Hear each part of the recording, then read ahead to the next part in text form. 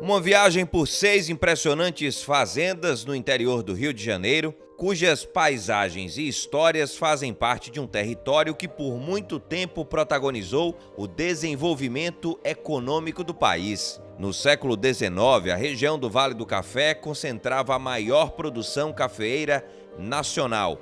E hoje, a grandiosidade preservada das fazendas segue encantando o olhar de quem as conhece.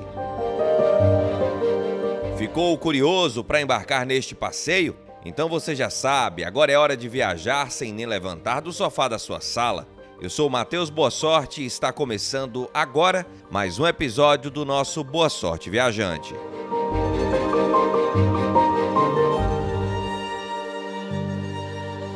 Boa sorte viajante, boa sorte viajante.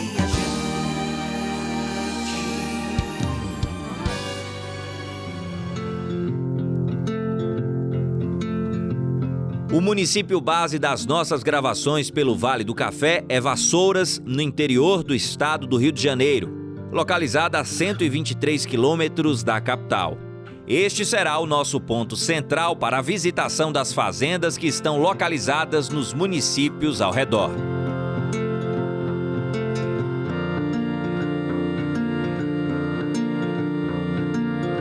Cerca de 37 mil habitantes vivem em Vassouras, que possui uma área territorial de 537 quilômetros quadrados e já foi considerada a maior produtora de café do mundo. O título, recebido no auge da Era dos Barões do Café, deixou como herança lindos palacetes e fazendas, mas também a triste lembrança da escravidão.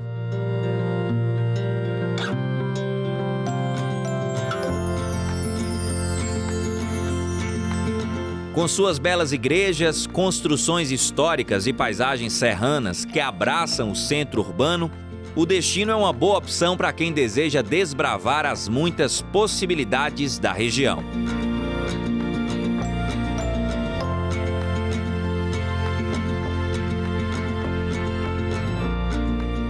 E antes de falar sobre a Cachoeira Grande, fazenda protagonista do episódio de hoje, é preciso situar você sobre 2 pontos importantes para entender essa história: o ciclo do café e a escravidão.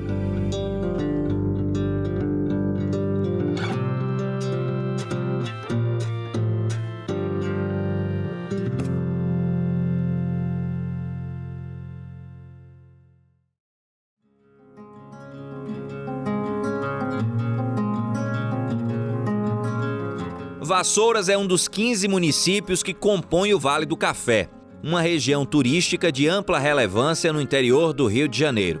São mais de 30 fazendas que cultivaram o fruto no século XIX, entre os anos de 1800 a 1930, no período denominado Ciclo do Café. Nesse tempo, elas foram responsáveis pela maior parte da produção nacional do produto, tornando o país líder mundial de exportação.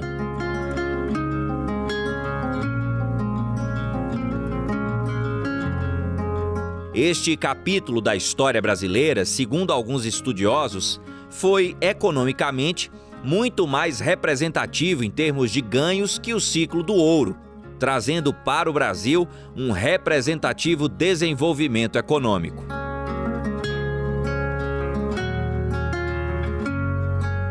O dinheiro do Vale do Café construiu ferrovias, iluminação pública e proveu todo tipo de investimento em infraestrutura que o país fez durante esse período. Adicionado a isso, os verdadeiros palácios rurais, que são as fazendas históricas construídas pelos nobres da região. À medida que as famílias cafeeiras ganhavam dinheiro, elas importavam o luxo que a Europa, principalmente a França, tinha para vender na época.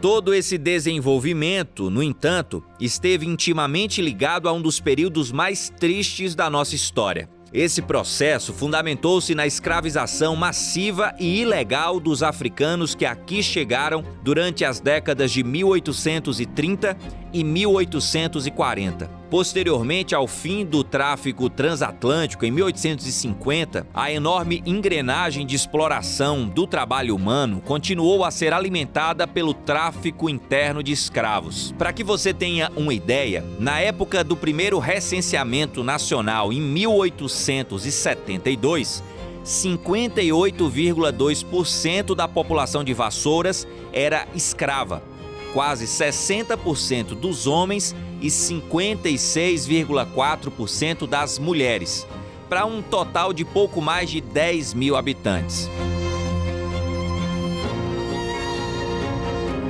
Com a abolição, a mão de obra de imigrantes, sobretudo os italianos, acentuou-se.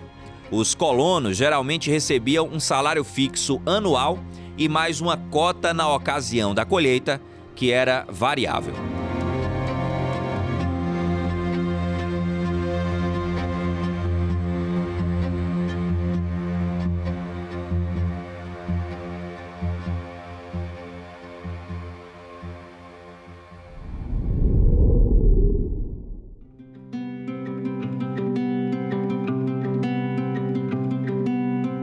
Sobrevoando, chegamos à Fazenda Cachoeira Grande, localizada no interior do município de Vassouras, a primeira a ser evidenciada em nossa série especial.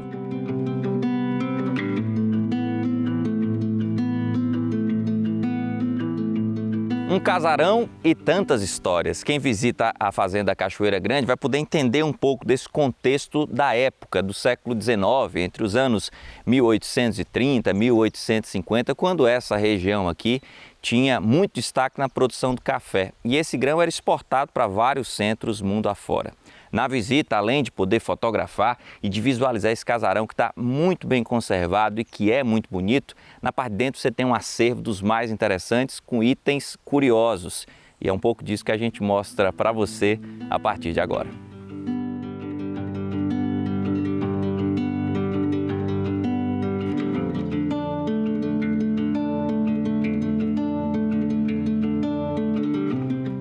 A história que envolve a origem da fazenda começa em 1820, quando Francisco José Teixeira Leite, então com 16 anos, acompanhou seu tio, Custódio Teixeira, o famoso Barão de Aiuroca, que veio à região para construir a Estrada da Polícia, numa encomenda do governo português para um novo caminho para escoar o ouro das Minas Gerais até o Rio de Janeiro. A rota, que passava pela região do atual território de Vassouras, seria um acesso mais rápido e seguro até o litoral.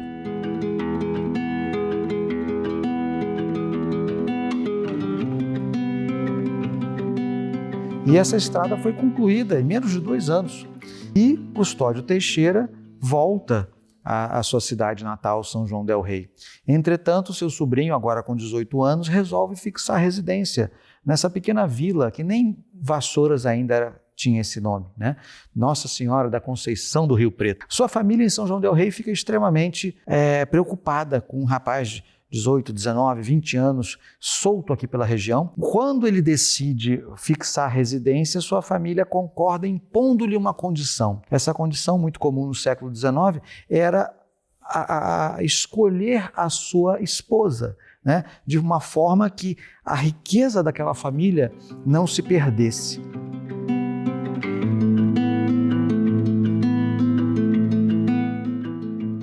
A escolhida foi Maria Isméria, sua prima de primeiro grau. Como dote do casamento, Francisco ganhou as terras de uma fazenda chamada Cachoeira Grande.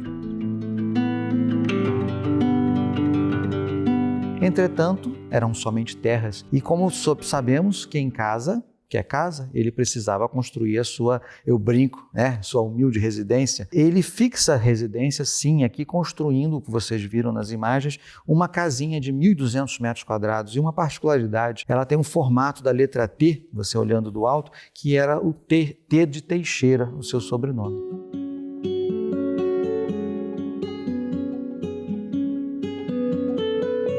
A propriedade chegou a possuir 250 mil cafeeiros, mantidos por 147 escravos e 15 crianças. Um número que, segundo relatos históricos, em certo momento, chegou a 250 escravos.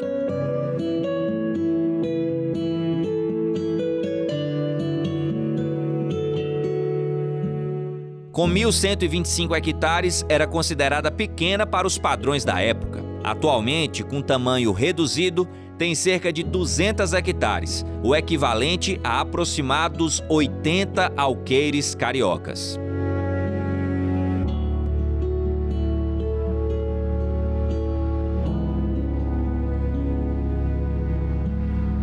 Francisco só ganhou o título de Barão de Vassouras em 1871, condecorado por Dom Pedro II. Antes disso, além da fazenda, firmou 2 negócios na cidade. Foi dono de um banco que emprestava dinheiro a outros produtores e também possuiu uma casa comissária, que em termos práticos era uma empresa que comprava café da região e vendia para a Europa.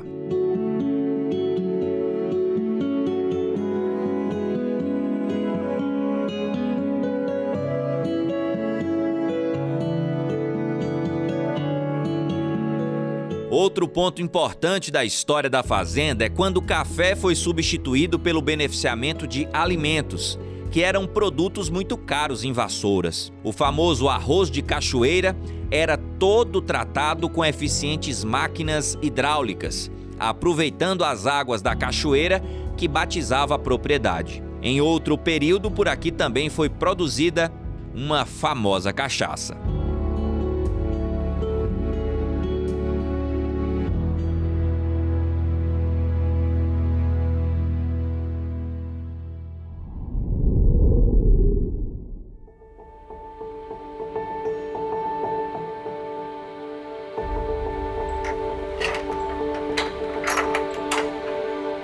Esse aí que você já conheceu no nosso episódio é o Ricardo Caffarelli, atual proprietário da fazenda, que foi adquirida por seu pai em 1987. Na época, a construção estava bastante deteriorada e um processo de restauração minucioso, que durou 4 anos, foi necessário para que ela estivesse da forma que está hoje.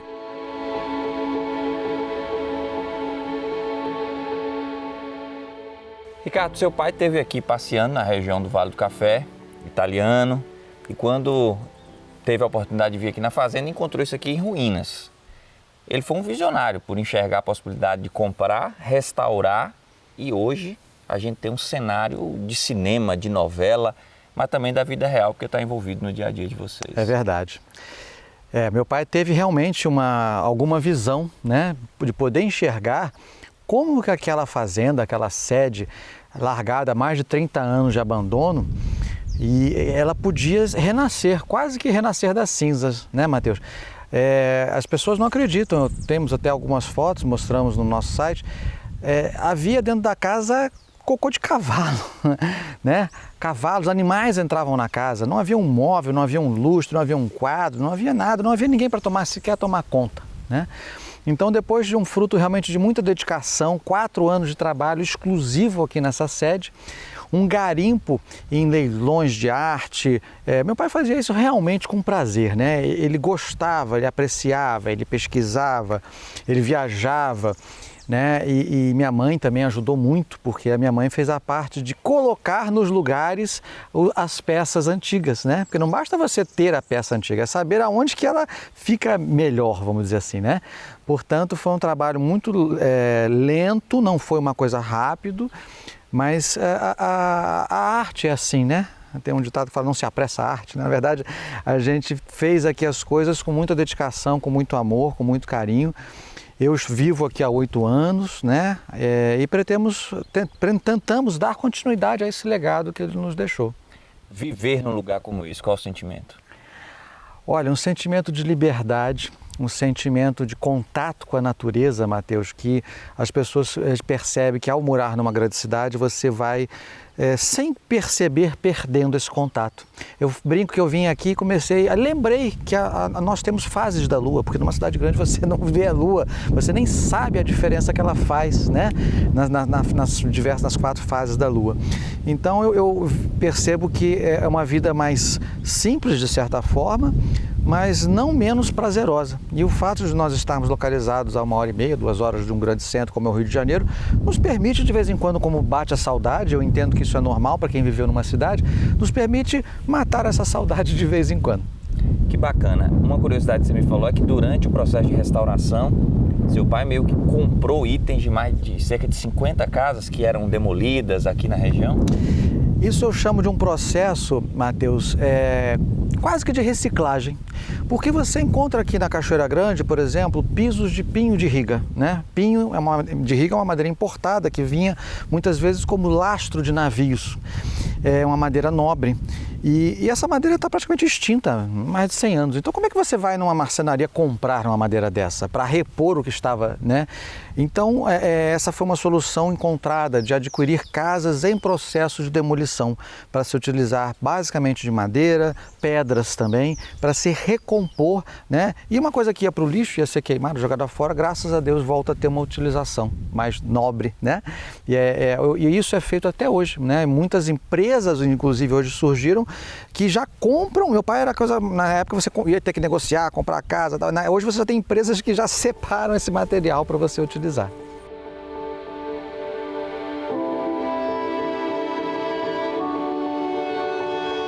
A riqueza de detalhes dos itens expostos dentro da casa impressiona.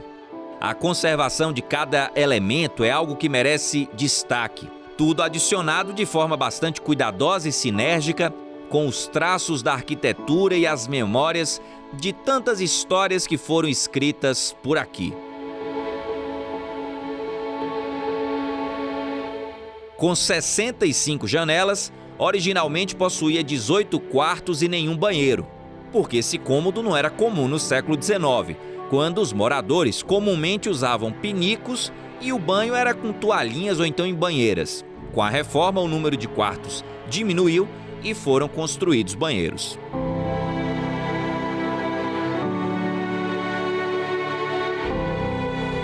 O barão morreria em maio de 1884, às vésperas de completar 80 anos. Uma das filhas, Maria Isméria Teixeira, herdou a fazenda Cachoeira Grande e nela recepcionou, com um grande jantar, em 18 de setembro de 1884, a princesa Isabel, que estava de passagem por Vassouras. Ricardo, são muitos os itens da fazenda super interessantes, mas esse aqui tem uma representatividade diferente. E além da representatividade histórica, tem uma tecnologia embutida nessa cadeira, uma inovação. Para a época, acredito eu, que a gente pode comparar com o que hoje em dia? Eu falo que para as crianças que vêm aqui, né, uma tecnologia de ponta, que essa cadeira é uma cadeira muito especial, né? Antes de falar da tecnologia dela, explicar que no século XIX existiam cadeiras masculinas e femininas. E as masculinas tinham o apoia-braço, as femininas não, porque as mulheres usavam os vestidos, né? Então sentavam numa cadeira e abriam seus vestidos. Essa cadeira é uma cadeira feita sob medida, né? A gente já conhece hoje armário sob medida. Essa aqui é uma cadeira sob medida para o nosso queridíssimo imperador Dom Pedro II. A altura de 1,91 m de altura, né? É esse espaldar bem alto, ela toda em palhinha, uma cadeira leve, fresca, e a tecnologia está escondida, né?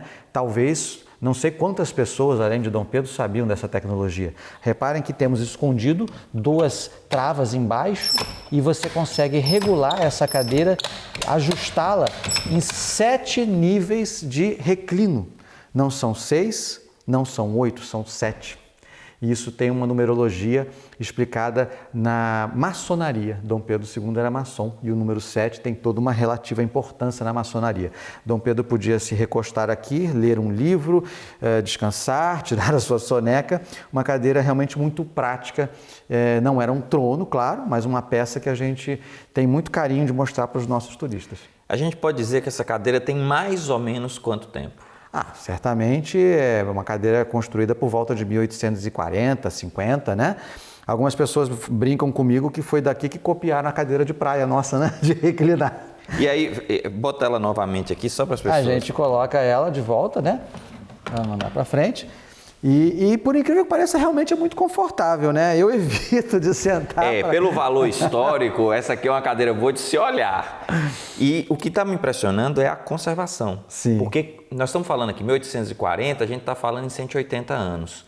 180 anos, a palha extremamente conservada, a madeira extremamente conservada. Aquela coisa, né? O que é bem feito dura muito tempo. As coisas eram feitas para durar, né? Ainda mais uma cadeira para uma pessoa importante como essa. Eu acho muito interessante, eu coloco, como se pensava antigamente em associar o belo, o estético, à funcionalidade, né? Eu posso depois convidar para você conhecer uma funcionalidade aqui de uma cama antiga da fazenda, que eu acho que você vai se surpreender. Além da cama, outra coisa que a gente vai mostrar daqui a pouco, que você já me mostrou ali, não é uma vitrola, é uma... Não, exatamente. Não é um gramofone. Um gramofone. É uma victrola. Uma victrola. Daqui a pouco vocês vão ver isso, o Ricardo vai mostrar, que para mim foi uma das coisas também muito impressionantes que eu vi aqui. Mas vamos fazer o seguinte, a gente vai mostrar mais imagens para você da fazenda, contextualizar um pouco mais historicamente. Eu vou aqui analisar um pouco mais dessa cadeira para ver se... Não vou conseguir fazer igual não, mas ver se eu pego uma inspiração para ter um negócio parecido em casa. E daqui a pouco a gente mostra para vocês a victrola, que vai impressionar muita gente.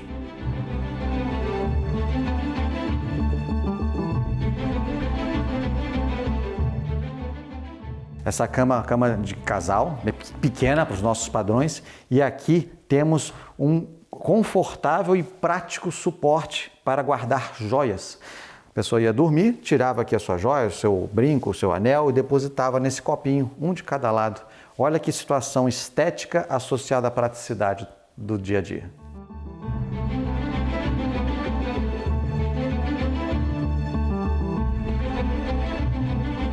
Nós vamos mostrar aqui um aparelho do século XX, tá? Não é século XIX.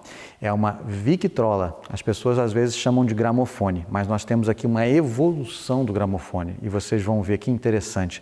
Ver e ouvir uma música do século XX. Temos aqui esse aparelho que fica assim fechadinho, né? A gente tem que dar corda aqui. Tá? Isso não é ligado na parede, gente. É independente, né? Não tem problema de bandeira 2, de energia tarifária. É uma peça maravilhosa. E temos aqui então essa tampa que se abre, onde estamos aqui escrito Victrola. Victrola é o nome do aparelho. Na verdade, é a empresa Victor Talking Machine. As pessoas conhecem normalmente a RCA Victor, né? Que foi o nome mais conhecido popularmente no século XX, ao longo do século XX nos Estados Unidos. Esse aparelho nosso, temos aqui um número de série. E por esse número de série foi possível localizar o ano de fabricação deste equipamento. Ele foi construído em 1915. Portanto, nós temos aqui um aparelho que tem apenas 106 anos de vida. Será que ele vai funcionar, gente? Vamos botar para quebrar, como falava antigamente? A gente já deu a corda, a gente vai colocar aqui a agulha na posição e soltar o freio. E eu vou mostrar para vocês que, diferente do gramofone, esse aparelho você tem uma regulagem no volume do que você está ouvindo. Nós vamos ouvir aqui bem baixinho uma música extremamente conhecida, Ave Maria de Gounod, né? A Ave Maria foi composta em 1859. Esse cantor é um cantor alemão e vamos ouvir no volume baixo, né? Você pode querer ouvir no volume mais alto, por que não, né? Para isso a gente tem a situação de abertura. Vocês já devem ter ouvido o som mais alto. Mas e se a gente quiser realmente colocar alto? Abra o volume. De uma forma absolutamente mecânica, temos 3 ajustes de volume. E as pessoas ficam curiosas embaixo, né? Será que vai haver um subwoofer? Eu falei, não, calma, gente. Aqui é só para guardar os discos. Afinal, você tem um conjunto completo. Uma Victrola de 1915 funcionando.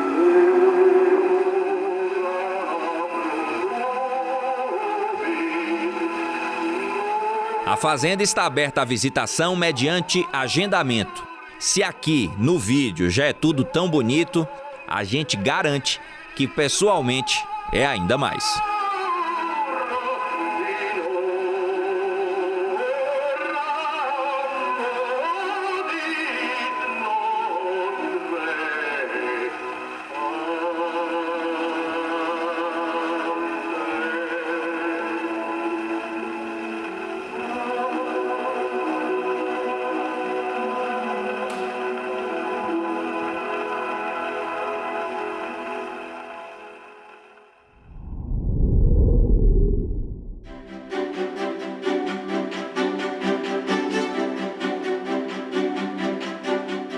Sobrevoando, chegamos à Fazenda Aliança, propriedade com cerca de 300 hectares, localizado no interior do município de Barra do Piraí, no estado do Rio de Janeiro.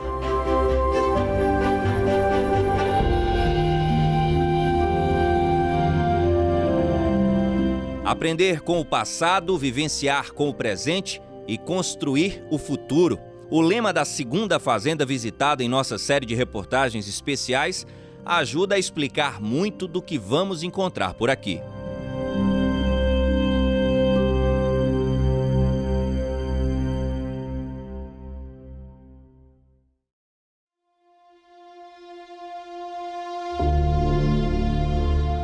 Fundada com o nome de Fazenda Boa Esperança, que foi modificado tempos depois, a propriedade entre seus donos ao longo dos anos pertenceu ao terceiro barão de Rio Bonito, um português originário de Braga que migrou para o Brasil e que pertencia à corte de Dom João VI e Dom Pedro I.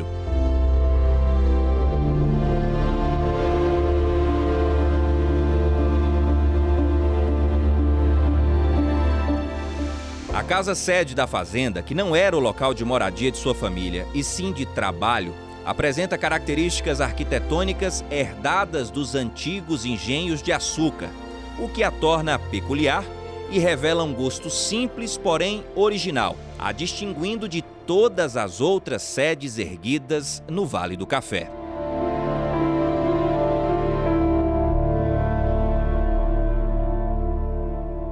Uma fazenda que pertenceu ao terceiro barão de Rio Bonito, que chamava José Pereira Faro.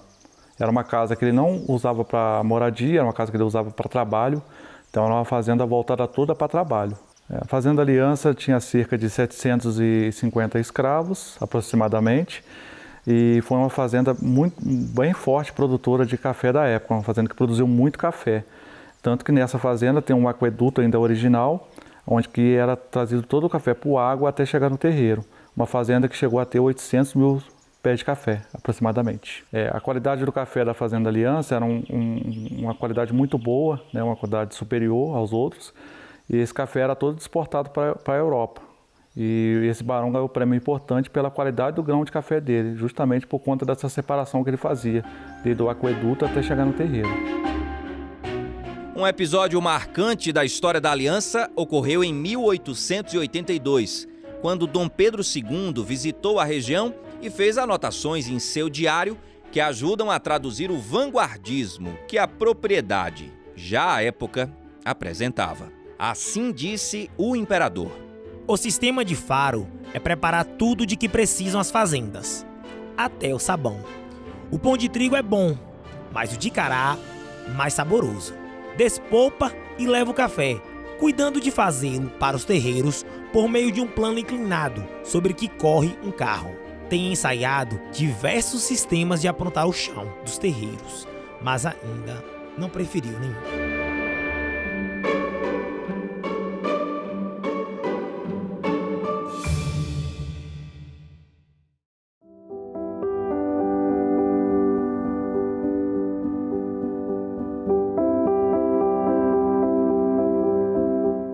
Como já abordamos no primeiro episódio da nossa série, entre os anos de 1800 a 1930, o período denominado Ciclo do Café, as 30 fazendas que compõem o vale foram responsáveis pela maior parte da produção nacional do produto, tornando o país líder mundial em exportação.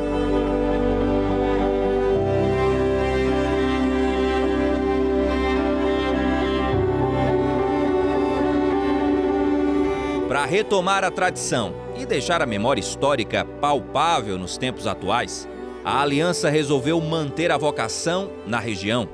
Um novo plantio de pés de café começou em 2017 e hoje cobre uma área de 2,1 hectares.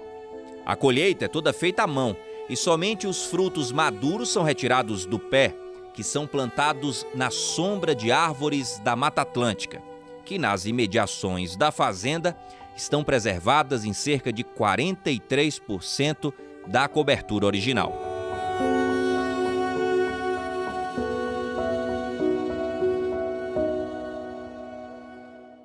O maquinário de época, extremamente moderno para aquele momento, estão expostos em um pequeno museu que pode ser acessado pelos visitantes.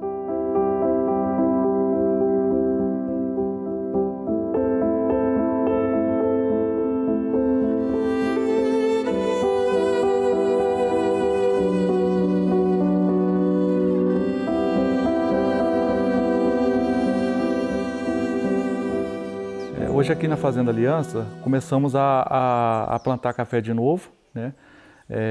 Por conta do turista que vinha visitar a parte histórica, mas não tinha o pé de café, né? Então entramos no projeto do Sebrae, junto com outras fazendas, de estar implantando café de novo na fazenda do Vale do Café.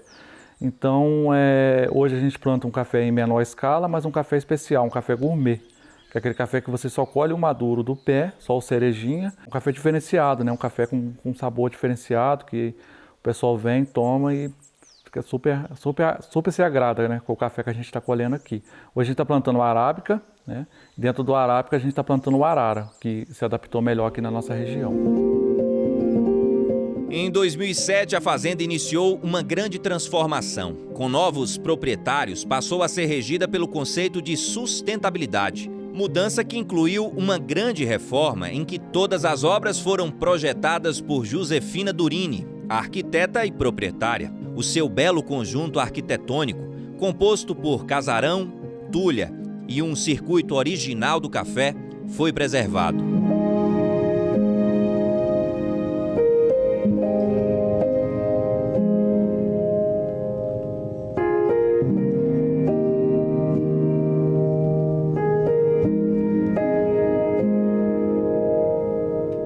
Josefina tem origem argentina e chegou a comandar uma galeria de arte em Londres. Por aqui, emprestou sua personalidade nas características da decoração.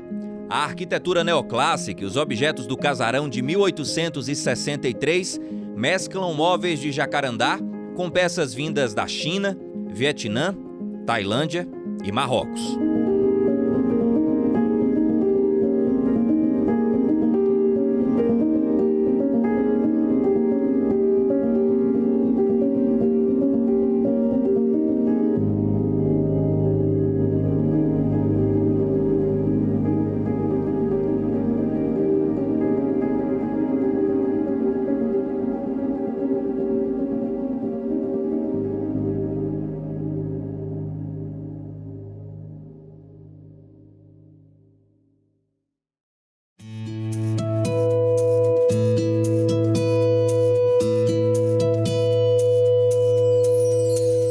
Outro dos destaques é a criação de búfalos, que são alimentados por uma ração produzida na própria aliança, o que resulta em um leite com qualidade superior.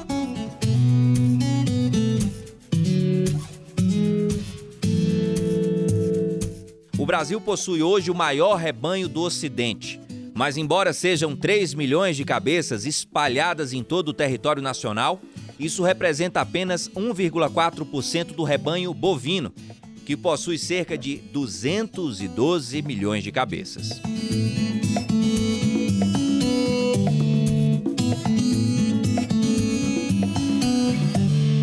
Originários da Índia e do Tibete, localizados no continente asiático, a espécie se espalhou pelo mundo.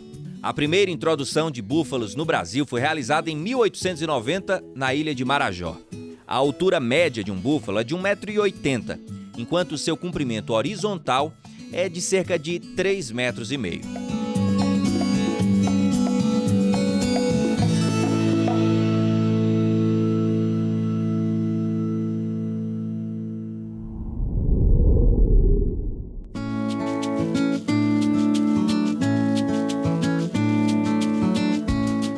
Hoje, a Aliança é uma fazenda produtiva agroecológica e orgânica em tudo o que se produz. São cerca de 100 diferentes itens no local, desde as hortaliças, legumes, frutas, até as punks, que são plantas alimentícias não convencionais.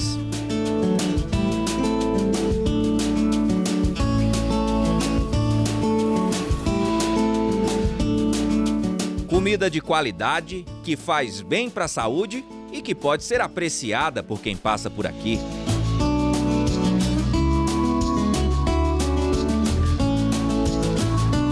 Grande parte dos itens que a Maria de Fátima, chefe de cozinha da fazenda, usa no preparo das refeições é cultivado na propriedade. Garantia de origem, equilíbrio nos processos de cultivo e sabores únicos, especiais e inesquecíveis.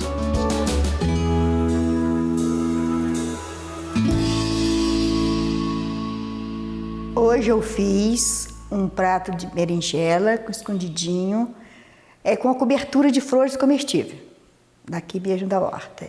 E fiz também um arroz com carne de búfala. E também um arroz com purê de batata, entendeu? E uma salada de flores comestíveis.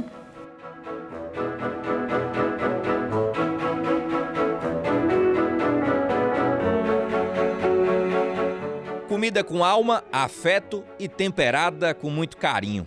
Um ato de amor que diariamente é feito por ela, entregando aos pratos o melhor da sua essência. Cozinhar para mim significa muito, porque é uma coisa que eu gosto de fazer. Então eu amo cozinhar. O que eu mais gosto de cozinhar é o arroz, feijão, a carne e a arrumação das saladas. A parte da salada é com a senhora mesmo? É comigo mesmo. A parte da salada é comigo.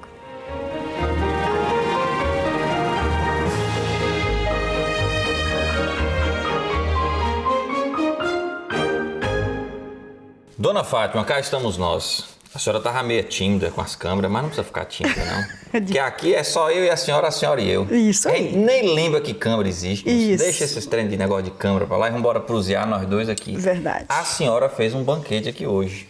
Agora, o que eu tô mais impressionado é com o dom artístico que a senhora tem. Porque a levagem, né? É, vai. Vagem com cenoura e umas florzinhas. Eu passo uma semana para fazer aquilo ali e não faço. Sério? E a senhora ligeirinho. É, ligeirinho. Eu faço aquilo ali rapidinho, manteiga. Ele foi lá na cozinha, eu tava montando. Eu vi a senhora montando outras coisas aqui que eu parei para assistir. Que eu falei, rapaz, que mulher retada, viu? Olha, e tudo isso eu aprendi aqui. Aprendeu aqui na fazenda? Aprendi aqui na Fazenda da Aliança. Eu não fazia nada disso antes, entendeu? Eu sempre trabalhei em casa de família, mas de cozinheira não. Aí quando chegou aqui... Quando chegou aqui, um dia eu cismei de montar e aí tô eu aí, fazendo esses pratos aí. Tem 10 anos que a senhora trabalha aqui. E a turistada, quando vê essa comida aqui, deve ficar igual eu, besta, né? Fica. Tem uns que voltam pra cozinha sem eles nem mexem, né? Porque não, às vezes é só mesmo pra tirar foto. Não, eu falei aqui que dá até pena de às vezes. Eu mexi porque eu não vou perder a batalha, né? A gente tá aqui, nós vamos jogar duro. Verdade. Mas é bonito demais, né? Ali, flor comestível. Flor comestível, flor de capuchinha. Capuchinha? Daqui a pouco eu vou nela ali também. Tem tomate, esse tomate é o cereja que chama? Esse tomate é o tomate cereja. Tomate cereja, brócolis, alface, beterraba. E isso é tudo da horta aqui? Tudo da horta aqui mesmo. Hoje, mais cedo na reportagem, a gente mostrou a senhora lá colhendo. Verdade. E tudo que se come aqui de vegetais vem da horta? Vem da horta. E é bom a gente falar com as pessoas de casa que é orgânico, não tem veneno? Não, é orgânico. Aqui é tudo orgânico. Não tem veneno. Hoje, pra mim, tem uma novidade aqui nesse prato. Eu nunca comi carne de búfala. Sério? Primeira vez que eu vou comer. Epa. Primeira vez. Nunca tomei o leite. Nunca comi a carne. O queijo, eu já comi o queijo já. Mas eu soube que a senhora fez um aqui também. Isso. Depois eu vou comer um pedacinho, porque o da senhora, para quem faz uma salada dessa aqui, Chocolate, o queijo dela deve ser uma obra de arte, né? E o queijo, o doce de leite também. Ah, doce de leite de Doce de leite também. Mas tem aí? Tem. Ah, meu amigo, então. Mas eu vou embora sem? Vou não. Pegar um docinho de leite, botar ali com aquele queijinho. É uma delícia. Eu já tô pensando na sobremesa, não fui nem no almoço ainda. Deixa eu experimentar aqui essa salada. Essa beterraba eu vi que a senhora botou alguma coisa com ela.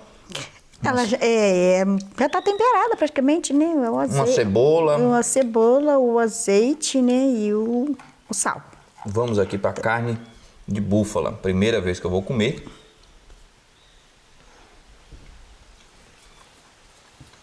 Ela lembra a carne de boi, de vaca, né? É, isso aí, verdade. Lembra. Muito macia, muito saborosa. Gostei mesmo. Que tipo de receita dá para fazer com essa carne aqui? Tudo que puder imaginar? Tudo. Por exemplo, um filé à parmegiana. Também, pode.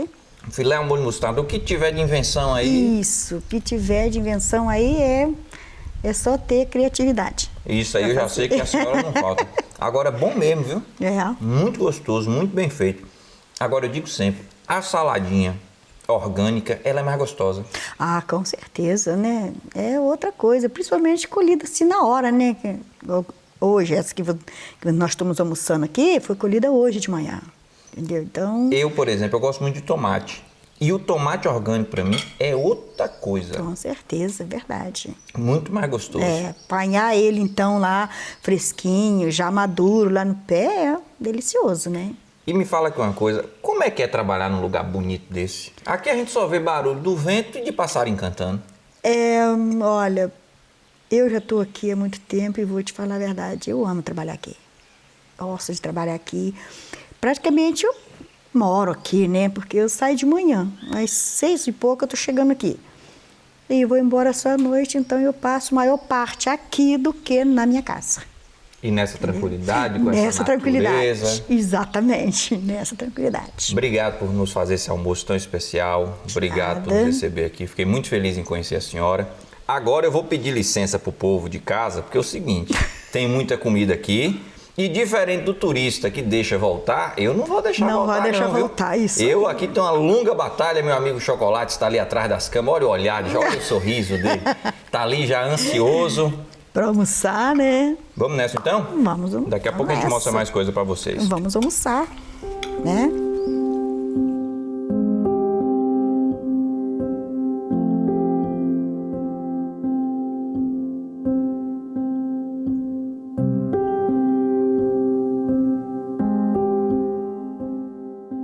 Comer bem faz parte do roteiro de quem visita a Fazenda Aliança. Café da manhã, almoço, jantar e tem também sobremesa. E essa muito especial, porque tem queijo de búfala e doce de leite de búfala. Queijo eu já tinha experimentado, agora o doce de leite para mim vai ser novidade. E isso está muito diretamente envolvido no ciclo turístico do local, já que você conhece a criação, tem curiosidades acerca dessa criação e está inserido aqui dentro desse dia a dia. Vamos comer agora para passar essa percepção para você, extremamente cremoso. É bom, viu? Mas bom, muito bom. Botei um queijinho aqui, deixa eu ir de novo.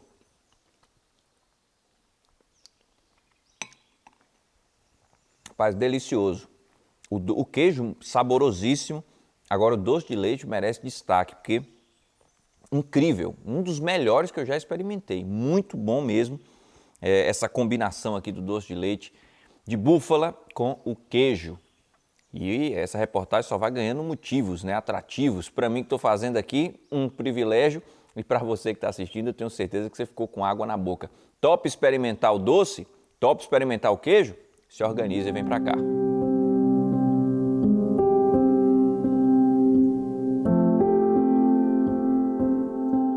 A Fazenda Aliança está aberta à visitação e hospedagem para grupos fechados. O visitante estará rodeado de uma natureza preservada e terá uma experiência rural com arquitetura do século XIX e conforto do século XXI.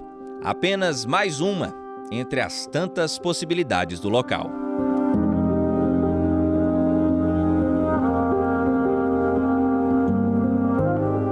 Hoje o turista que vem aqui na Fazenda Aliança, ele pode estar conhecendo toda a parte histórica, né? Ele conhece a parte da alimentação dele, que hoje a Fazenda Aliança é uma fazenda que produz orgânicos. A gente já tem 12 anos, mais ou menos uns 13 anos já em produção. E ele toma o café, conhece a planta do café, né? Como é que é feito todo o beneficiamento. E fora os outros atrativos que a gente tem aqui na fazenda, como na hospedagem a gente monta pacotes com visita ao mirante, visita as búfalas, a alimentação toda feita aqui dentro da fazenda, então a gente consegue fazer esse pacote.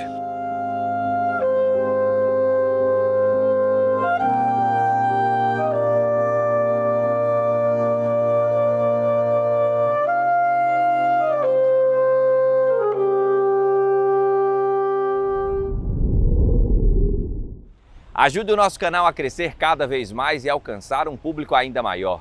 Se inscreva, clique no sininho, ative as notificações e acompanhe as novas reportagens que toda semana trazemos para você. Aproveita para deixar o seu comentário nos dizendo o que você achou dessa reportagem.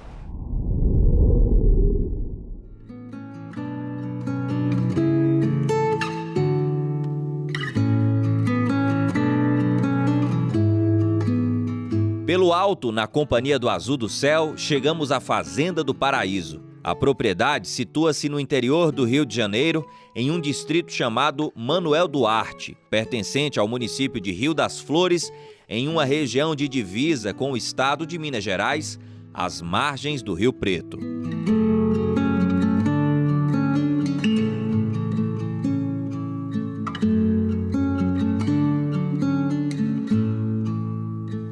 Cenário de filmes, minisséries, novelas, documentários. A Fazenda do Paraíso talvez já esteve no seu dia a dia e você nem se deu conta disso. É porque ela tem esse ar de cinematográfica. Só que aqui vive gente. Ela é habitada desde o início da sua construção. Não teve nenhum período de ócio ou de abandono. E até por conta disso, os detalhes aqui da fazenda são quase todos eles originais. A contar pela pintura da parte externa, as palmeiras, o gradil. Tudo extremamente interessante em mais uma daquelas propriedades desses casarões que ajudam a exemplificar um pouco da história aqui do Vale do Café. E essa em especial eu tenho certeza que você vai gostar muito de conhecer, de ouvir essas histórias e de entender o que há por trás de uma construção tão bonita quanto essa. Construída por volta do ano de 1845, a fazenda possui um casarão com mais de 2.200 metros quadrados, 2 andares e impressionantes 58 cômodos, muito bem conservados, dividido em 4 alas: comercial, serviço, íntima e social.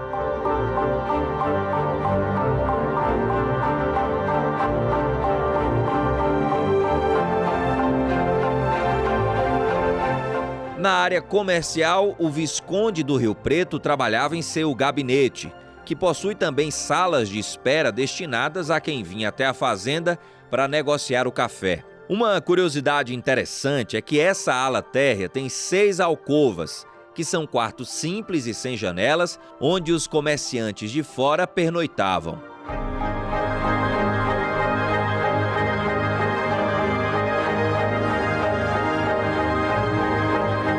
Neste mesmo piso fica a área de serviço, composta de despensa, dos quartos de engomar e de costura e da grande copa cozinha.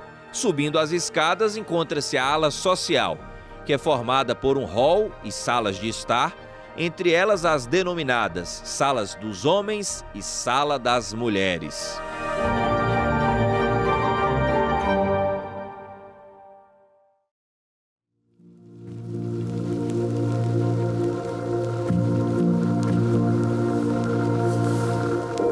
As grandiosas palmeiras da entrada da casa têm uma história interessante. Na época, as mudas eram dadas pelo imperador a quem possuía um título de nobreza.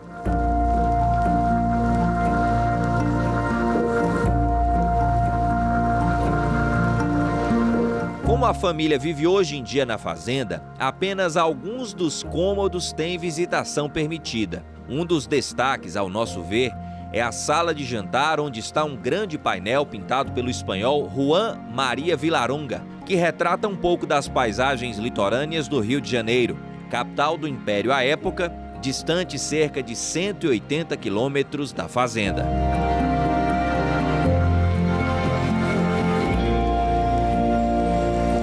E em meio a tanta história, o casal Simone e Paulo Roberto moram por aqui há mais de 15 anos. Para escrever a vida cotidiana em um cenário que carrega consigo tantas memórias, fizeram pequenas adaptações, mas sem nunca abrir mão da originalidade arquitetônica e artística do local.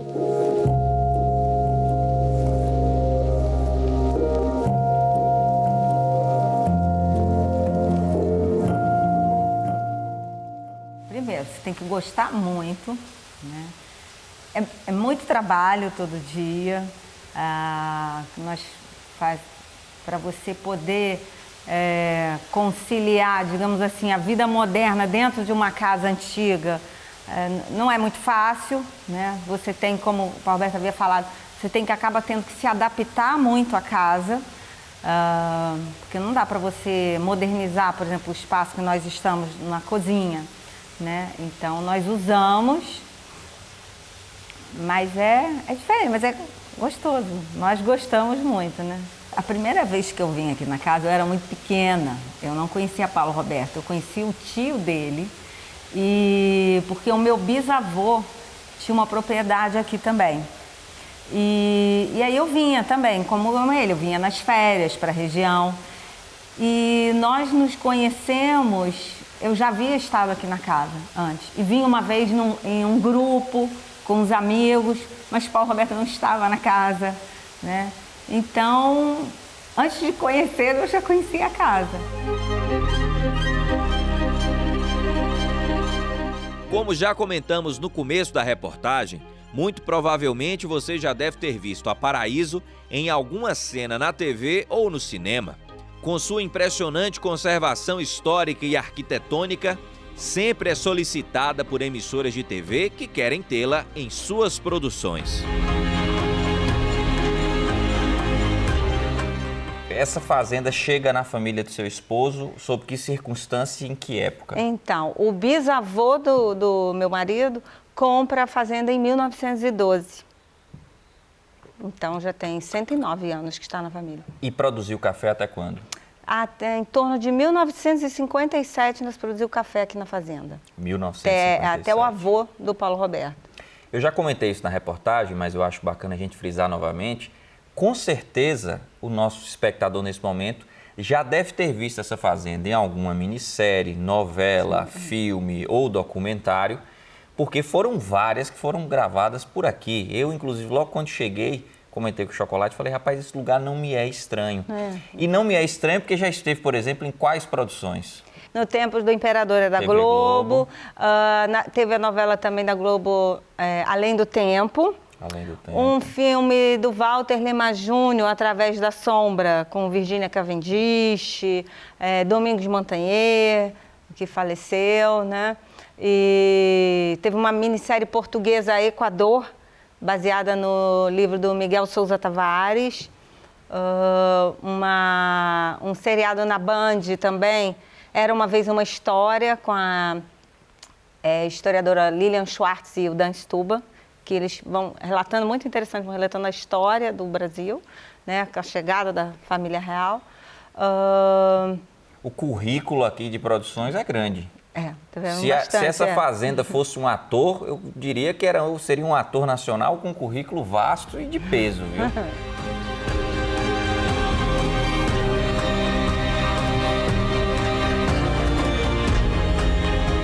Produções no cinema e na TV, vida pulsante no cotidiano familiar.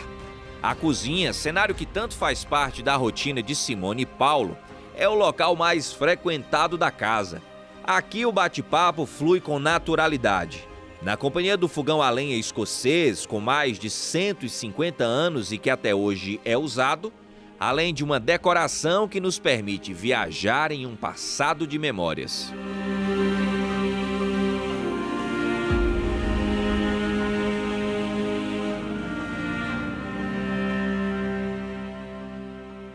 Eu lembro muito da minha infância aqui também, né? Infância muito viva, porque eu estou aqui o tempo inteiro. A casa ela tem o seu cheiro, né? É engraçado.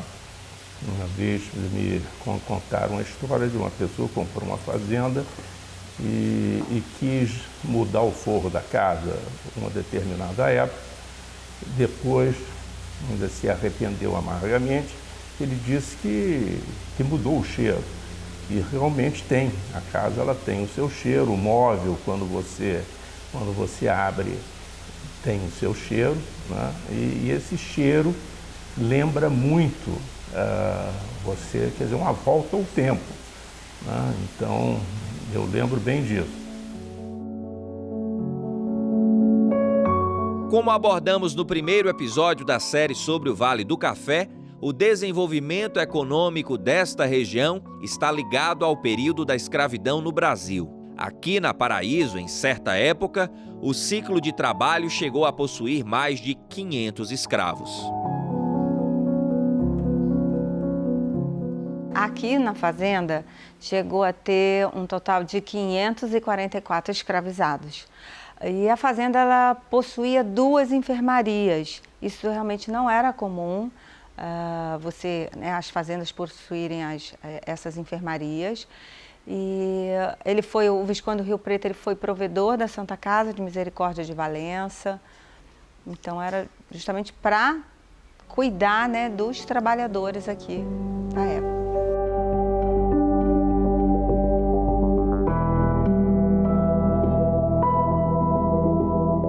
Com os indícios da época sobre a aguardada abolição da escravatura, o Visconde entendeu que seria preciso um maquinário moderno para seguir produzindo café em grande escala e com boas margens de lucro.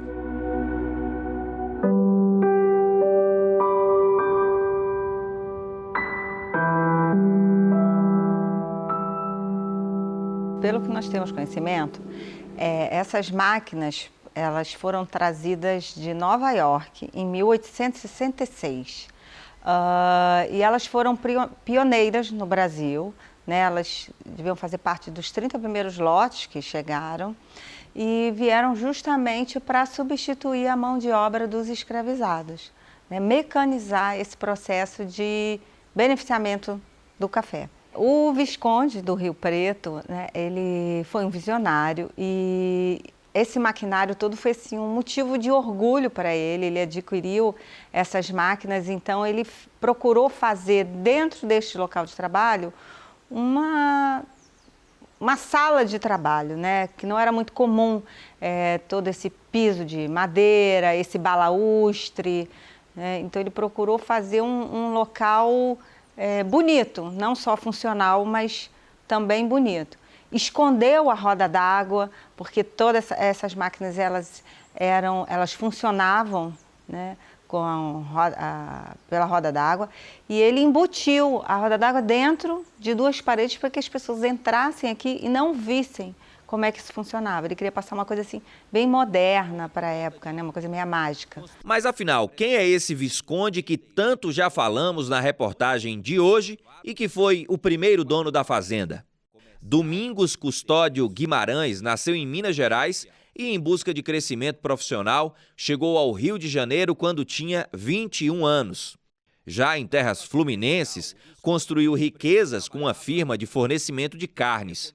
Exerceu uma considerável liderança na região quando já estava estabelecido financeiramente. Uma história de certa forma curiosa foi a do seu falecimento, que ocorreu em 1868, aqui mesmo na fazenda. Ele era um homem vanguardista, pelo que você me falou, Sim. muito à frente do seu tempo, o maquinário, a construção da maneira que é feita, dividindo a parte íntima da parte comercial, da parte social. Agora, tem um episódio da vida dele que acabou ficando icônico na história, que é o dia do falecimento do Visconde. Sob que circunstância isso aconteceu? Então, ele resolveu fazer uma grande festa de aniversário, né, comemorando o aniversário dele de 66 anos, no dia 7 de setembro de 1868. 7 de setembro de 68. Exatamente. E nesse dia, a casa estava cheia de convidados, pessoas importantes, ilustres da época, e ele resolve mostrar a propriedade, e quando ele está retornando para a fazenda, né, para a sede, no caso, os convidados resolvem homenageá-lo. E os homens começam a bater palmas, né, quando ele se aproxima para a carruagem, começam a bater palmas dando vivas, né, ao Visconde do Rio Preto, e as mulheres das janelas começam a jogar pétalas de flores. Bem, o Visconde fica muito emocionado, tem um infarto. E ele... Eu estou falando isso rindo até estranho, mas ele morreu feliz. Eu sempre digo que ele morreu feliz. Exatamente. Ele não podia, como as pessoas falam, ele não podia morrer de uma maneira assim, simples, banal. Até na hora da morte ele morreu de uma maneira assim, E todos visualizaram aquela cena que entrou para a história. É, exatamente. Morre nos braços da esposa da viscondessa.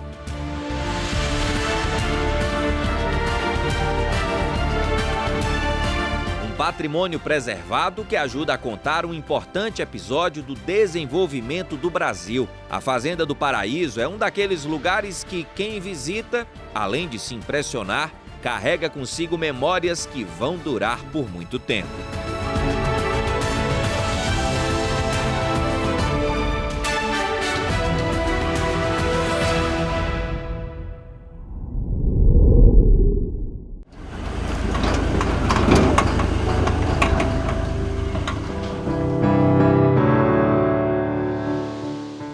Um dia eu estava fazendo uma das muitas pesquisas que regularmente eu faço para descobrir novos destinos no Brasil e mostrar para você aqui no nosso Boa Sorte Viajante. Foi aí que eu cheguei no Vale do Café, no município de Vassouras, e me deparei com a Fazenda São Luís da Boa Sorte. Num primeiro momento eu fiquei muito curioso para saber se esse Boa Sorte do nome da fazenda tinha alguma ligação com a minha família, com o meu sobrenome. Aí eu descobri que não tinha nada a ver, que o porquê desse nome vai por uma outra tendência, só que essa curiosidade aflorou o desejo de conhecer esse canto do nosso Brasil. E chegando aqui, cada detalhe, cada cantinho, cada paisagem da fazenda justifica essa nossa viagem até o município de Vassouras. Eu tenho certeza que você vai se impressionar positivamente com este atrativo, com a sua história, que é muito rica, e com as belas imagens que nós vamos mostrar para vocês. Cá estamos nós, Fazenda São Luís da Boa Sorte Viajante, Matheus Boa Sorte, e eu convidando você a embarcar nessa expedição com a gente, que já começou e vai lhe surpreender.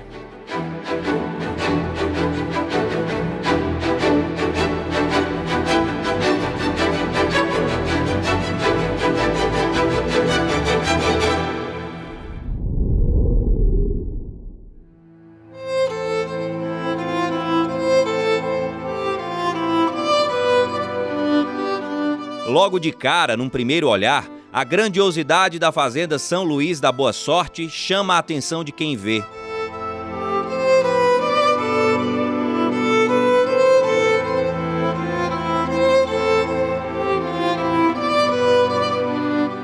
Frondosas palmeiras, o lago e a preservação da arquitetura de época são elementos que fazem da experiência de quem passa por aqui um momento marcante.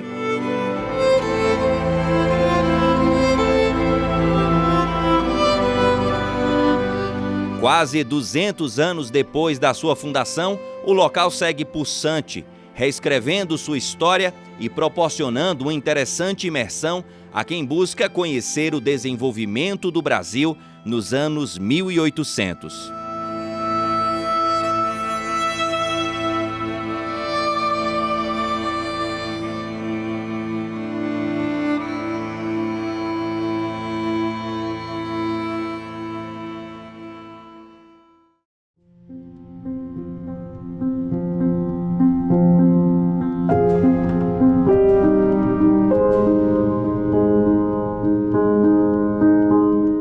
E para começar a nossa viagem por aqui, nada mais justo do que já explicar a origem do nome. Como eu já falei na abertura do programa de hoje, uma das coisas que mais me levou a ter curiosidade de pesquisar sobre a região foi descobrir se tinha algum tipo de relação da fazenda com o meu sobrenome Boa Sorte.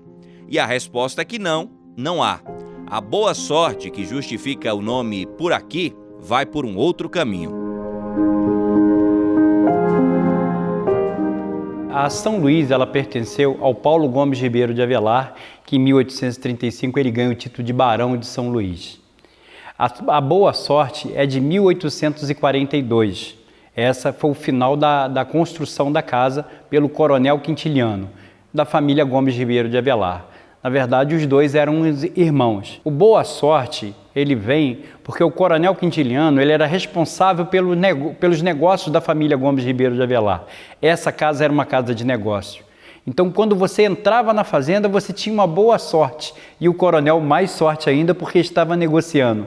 Com certeza, ele era um bom negociador, um grande articulador político e econômico do Vale naquele momento. Então, a boa sorte era negociar com o Coronel Quintiliano. Uma história que começa em 1835 e vai ganhando contornos com o passar dos anos.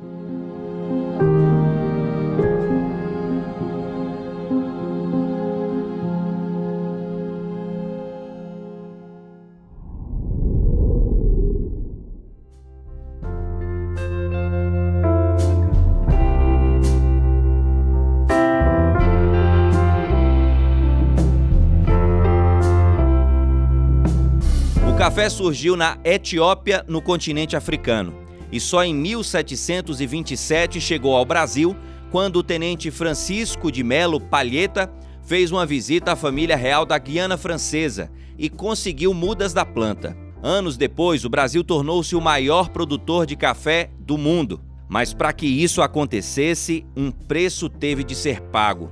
Por se tratar de uma cultura agrícola com forte dependência de mão de obra braçal, eram necessários muitos trabalhadores. Esse foi um dos motivos do Brasil ter sido o país com maior número de escravos do mundo.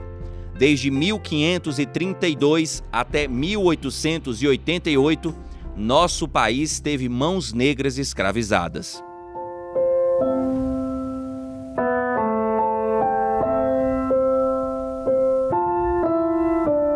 A escravidão no Vale do Paraíba, ela teve uma importância muito grande, não só na questão política e econômica, mas também pelas características que os escravizados que viveram por aqui deixaram. As lavouras do café não iam conseguir sobreviver sem a mão de obra escravizada, muito menos a história do Vale do Paraíba poderia ser contada sem a mão de obra escravizada que passou por aqui. Lembrando que a região de Vassouras foi a região que teve mais escravizados no Brasil no século XIX, em torno de 35 mil escravizados. Na Fazenda São Luís da Boa Sorte, o responsável pela operacionalização do processo produtivo do café era o Coronel Quintiliano, homem vanguardista e considerado um grande líder e empreendedor da época. No auge do ciclo cafeeiro do Brasil, ele chegou a possuir por aqui mais de 373 escravizados. Além da força de mão de obra que possuía, tinha por costume reunir os escravos de fazendas vizinhas para aumentar a capacidade de produção na colheita.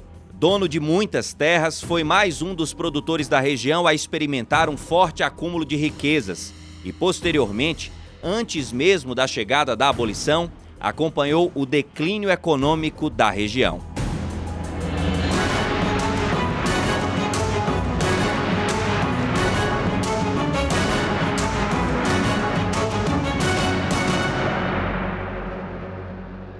A questão da abolição da escravatura, ela vai ter o começo desse declínio a partir de 1852, quando surge a lei de Eusébio de Queiroz, a proibição do tráfico dos escravizados. Então, a mão de obra escravizada, ela fica com alto valor comercial. Muito dessas fazendas do Vale começaram a sobreviver com o comércio dos escravizados. Em 1888, com a libertação dos escravizados, praticamente o Vale do Paraíba vai parar no tempo. O Coronel Quintiliano, por exemplo, ele morre uma semana antes da libertação em 1888. Então, essas fazendas que tinham a mão de obra escravizada como seu principal apoio, praticamente todas elas entram num processo de falência, que no final do século XIX praticamente não produziam mais nada, praticamente paradas no tempo.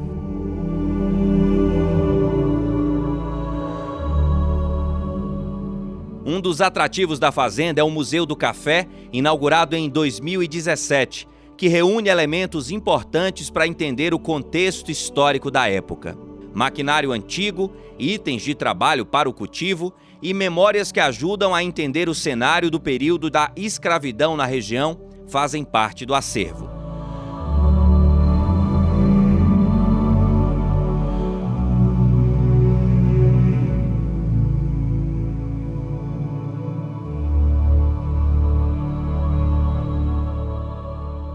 Marcelo, é impossível falar da história do Vale do Café sem falar do café. Mas o café aqui, ele teve um período de êxito curto. Por quê?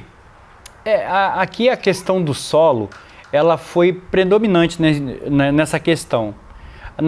Quando o café começa a ser plantado aqui a partir de 1830, a região toda ela era coberta com a Mata Atlântica. Então eles derrubavam as matas e plantavam café. De certa forma, no primeiro momento, nos 4 primeiros anos, o café produzia até com muito vigor. Mas depois ela começava a declinar.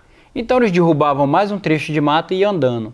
Isso vai impossibilitar a questão da cultura do café e causa um grande desequilíbrio na nossa região, na questão ecológica. Se derruba a mata, você acaba com a água. É o que está acontecendo na nossa região nos dias de hoje. Um reflexo de hoje, algo que a gente está falando de 150, quase 200 anos atrás. Antes desse plantio do café, o que era isso daqui? Coberto com Mata Atlântica. Não se tinha essas pequenas cidades? Os Gomes Ribeiro de Avelar, eles foram os primeiros a chegar no vale em 1709 com o intuito de produção, seria a cana. O café vai ser efetivado no vale a partir de 1830. Lembrando que o café é uma cultura africana. Os primeiros pés de café foram descobertos na Abissínia há mais de 1.500 anos atrás, na Etiópia. O café ele tem uma trajetória muito interessante até chegar na nossa região. Ele passa até pela Europa. O primeiro pé de café plantado fora do continente africano foi no Jardim Botânico de Amsterdã. Depois ele vai chegar através dos franceses América Central, na Guiana. E tem uma coisa muito interessante, não me alongando, a história do Francisco de Melo Palheta, né? Porque o café chega no Brasil através de uma paixão platônica. Dizem que a Madame do Villiers, a esposa do comandante do Villiers, governador da Guiana, se apaixona, tem uma paixão platônica pelo Palheta. E no último dia do Palheta, na Guiana, ela entrega um buquê de flores. E dentro desse buquê tinha sementes e mudas de café.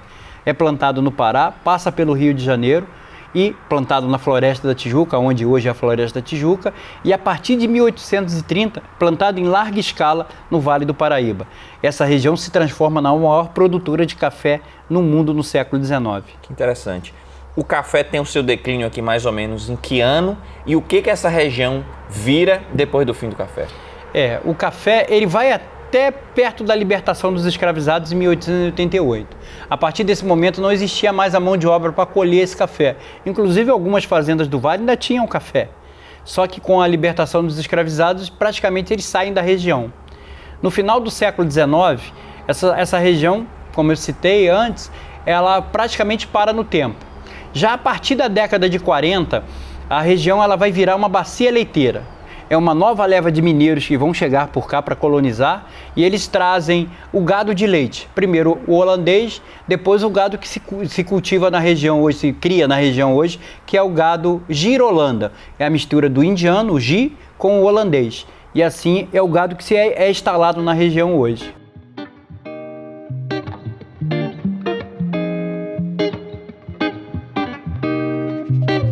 A propriedade passou por uma minuciosa restauração nos anos 2000. Uma das preocupações dos atuais donos foi manter o máximo de originalidade possível com o objetivo de que as memórias da época fossem preservadas. Nos muitos detalhes que vimos em nossa visita, a sofisticação foi sempre algo muito notável.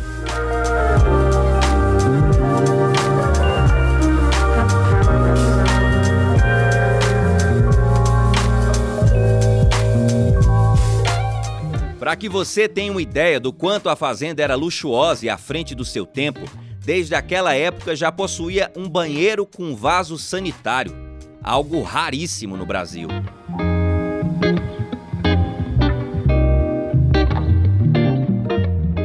Esse vaso sanitário, ele é de 1803, é um vaso de porcelana inglesa. E ele vai chegar no Brasil em 1909, quando o Rio de Janeiro começa a ter água encanada e banheiros. Então, esses vasos vão ser instalados nas casas no centro do Rio de Janeiro.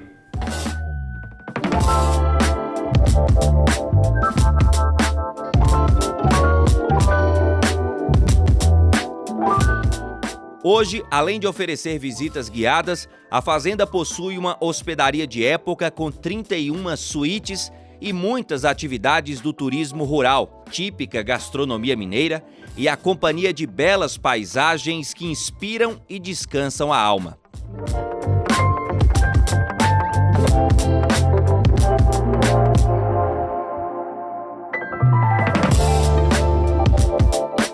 Internamente, um dos grandes destaques é o Quarto do Príncipe, criado para receber o Conde D'O marido da princesa Isabel, em sua visita à cidade dos Barões do Café em 1876.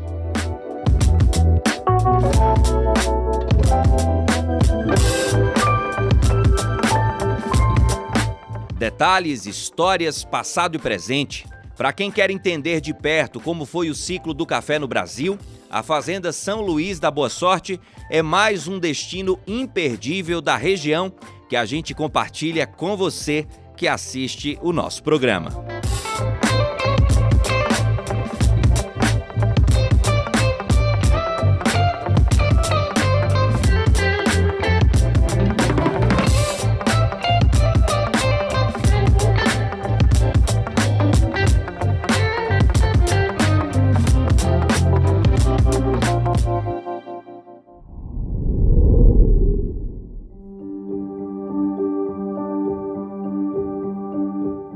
Primeira fazenda visitada na reportagem de hoje, chegamos à Vista Alegre, localizada no interior rural do município de Valença, estado do Rio de Janeiro.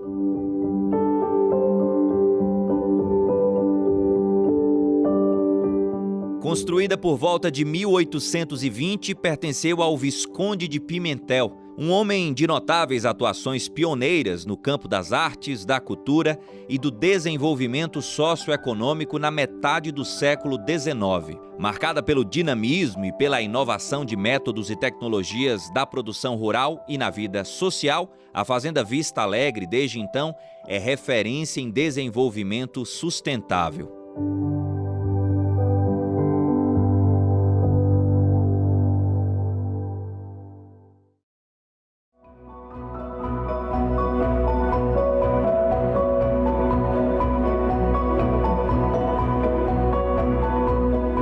A memória neoclássica deixou de herança o pátio de pedras com estátua de leão e estátuas de porcelana do Porto. A fazenda tem 5.000 metros de gramado, onde destaca-se uma bucólica paineira que fica bem ao centro do jardim.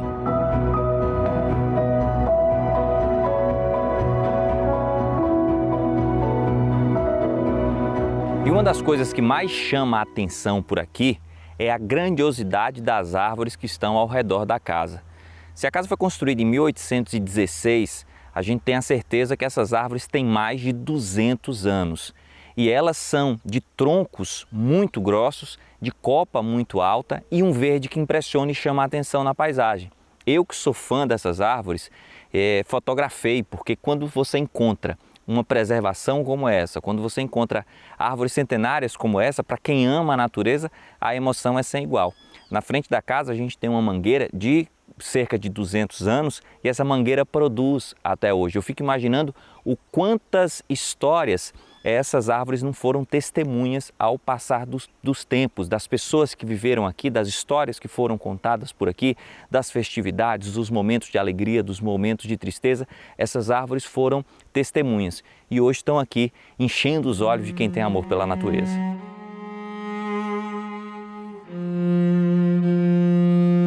Assim como todas as fazendas da região, foi o cultivo de café que fez com que o desenvolvimento local acontecesse.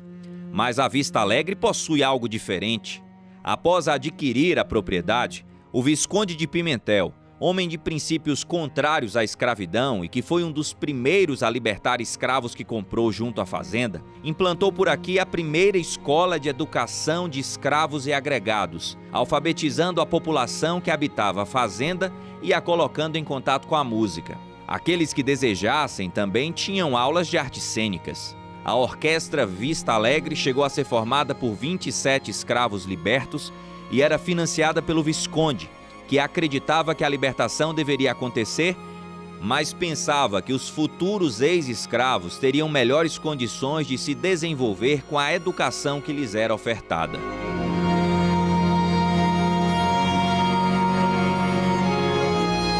Para entender mais sobre a escravidão na região, em um dos mais lamentáveis fatos ocorridos na história do Brasil, sugerimos que você assista ao primeiro episódio desta série. O link está aqui, na descrição do YouTube.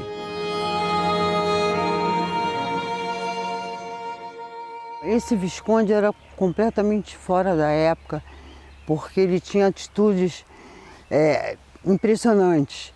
Então, ele, quando herda aqui, a primeira coisa que faz é essa escola. Ele liberta os escravos e faz essa escola, uma das primeiras escolas a alfabetizar escravos. Então, eles aprendiam a ler, escrever, religião era fundamental. E como ele gostava de música, ele contrata um maestro para dar aula de música para os escravos. E eles montam uma banda. E essa banda tocava aqui e fora da fazenda. As atitudes do Visconde não eram bem aceitas pela sociedade escravocrata da época, que tinham reações bastante negativas a algumas de suas atitudes. Olha, deve ter sido a pior possível, porque na época do café, você libertar escravo, você fazer escola, era completamente fora do contexto, né? Então eu acho que ele não devia ser muito bem visto pelos outros fazendeiros. Porque na época do café fazer um negócio desse, ele era completamente fora do tempo. Porque ele, além disso, todo ano, todo aniversário da escola, ele dava uma moeda de ouro, prata e bronze para os melhores alunos. E ele chamava pessoas importantes para fazer essa entrega. Então eu acho isso muito o princípio do profissionalismo.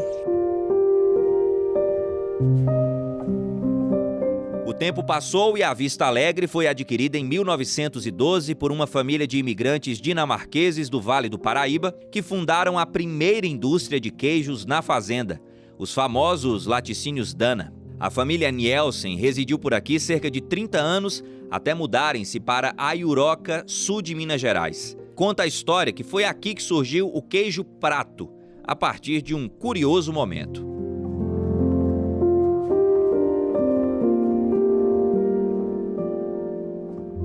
Olha, esses dinamarqueses, eu acho que eles seguraram a casa em pé. E eles faziam queijos na Europa, e quando eles chegam aqui, só existia o queijo Minas Frescal.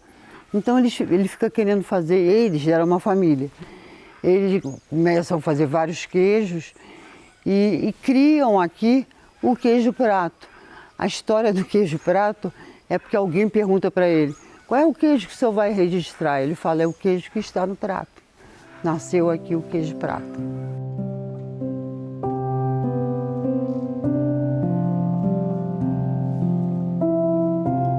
A Vista Alegre já foi cenário de diversas produções televisivas, como as novelas A Viagem, Espelho da Vida e Salomé, além do famoso clipe de Lua de Cristal, produzido para o especial Xuxa 10 anos na TV Globo.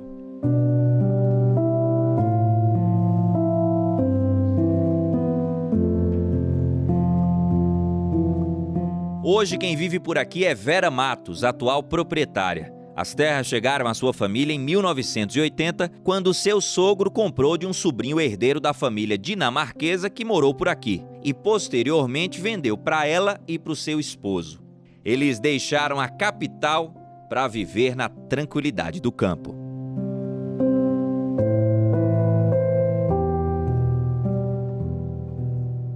Quando eu deixei o Rio de Janeiro, foi um negócio assim completamente diferente, porque o Rio é aquela barulhada, milhões de pessoas, né?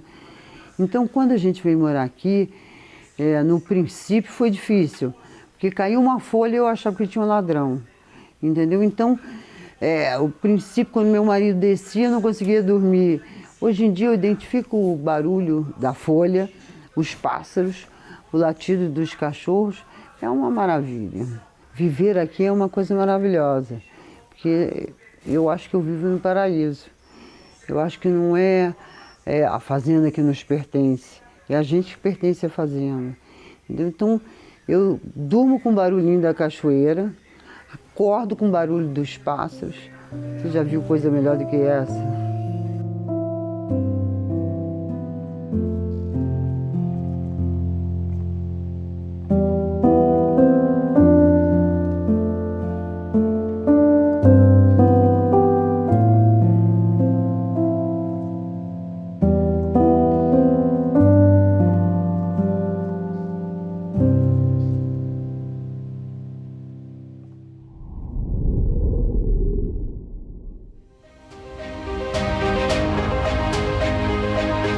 segunda fazenda da reportagem de hoje, desembarcamos agora na São João da Prosperidade, interior rural do município de Barra do Piraí, no Rio de Janeiro.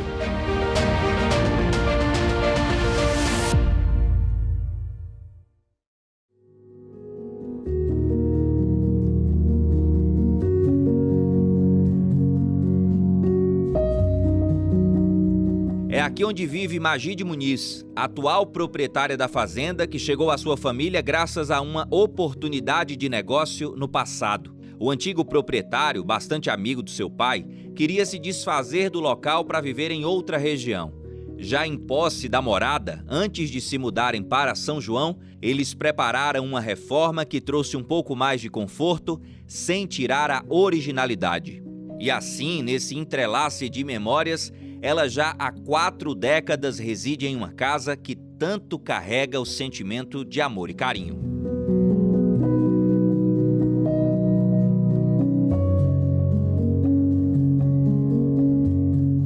Eu não consigo me ver fora daqui. Eu já moro aqui há 40 anos e gosto de ver. Eu costumo dizer que aqui a gente escuta o silêncio, né? Então, quando está tudo assim parado, você ouve o canto dos pássaros, ouve o balanço das árvores. Eu gosto muito disso, né? Não consigo me ver fora daqui. A casa da fazenda possui paredes externas muito largas de pedra e internas de pau a pique. Enorme pé direito, telhados bastante inclinados com telhas feitas à mão, assoalhos de tábuas largas e é muito simples, sem os requintes de outras fazendas construídas naquela época. Do antigo conjunto, composto por tulhas, moinho e casa grande, hoje só existem a casa, que possui 15 quartos, 6 salões, um pátio interno, cozinha e terreiro de café, cercados de algumas construções.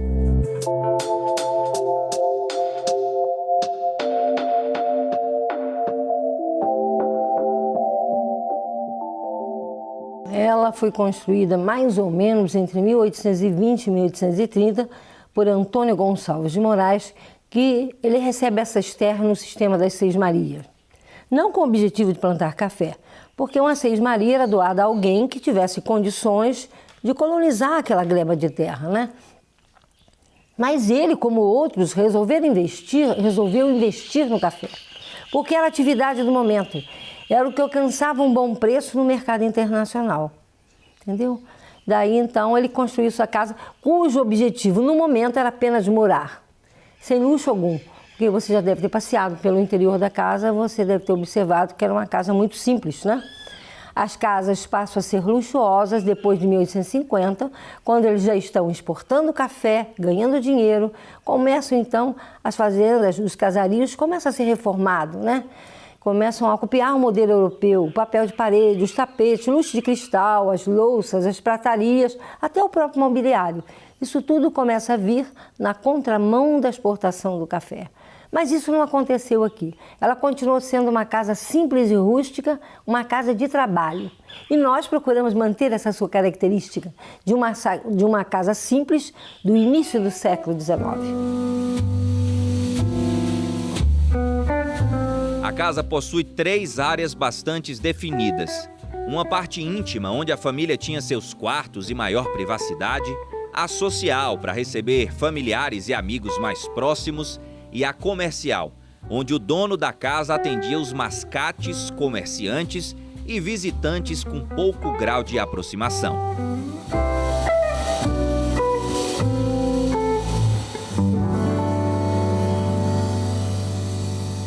A fazenda ficava distante do Rio de Janeiro, naquela época levava-se 10 dias para chegar ao Rio de Janeiro.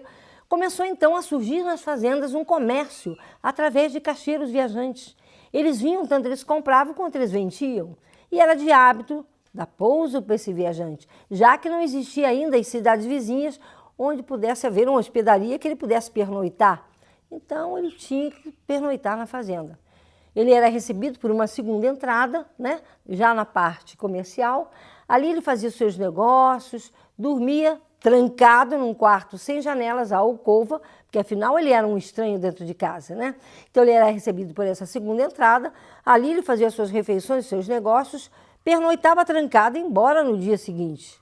Como eu disse, eles não tinham nunca a liberdade de caminhar pela parte íntima da família. Assim como as outras fazendas evidenciadas em nossa série de reportagens, a São João da Prosperidade também possuiu mão de obra escravizada. Em seu maior momento de produção na história, chegou a ter 256 mil pés de café, mantidos pelo trabalho de 214 escravos.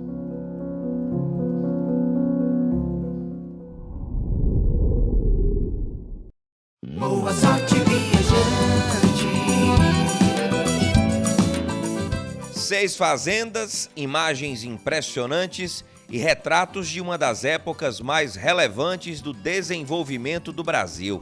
No Vale do Café, cujas paisagens são marcadas pela imponência da arquitetura colonial, muitas histórias foram escritas, inúmeras com a companhia da dor e do sofrimento causado pela escravidão.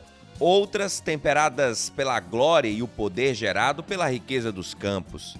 As fazendas Cachoeira Grande, Aliança, Paraíso, São Luís da Boa Sorte, Vista Alegre e São João da Prosperidade são documentos vivos e todas elas, cada um ao seu modo, são cenários da vida real que com certeza merecem fazer parte do seu próximo roteiro de descobertas.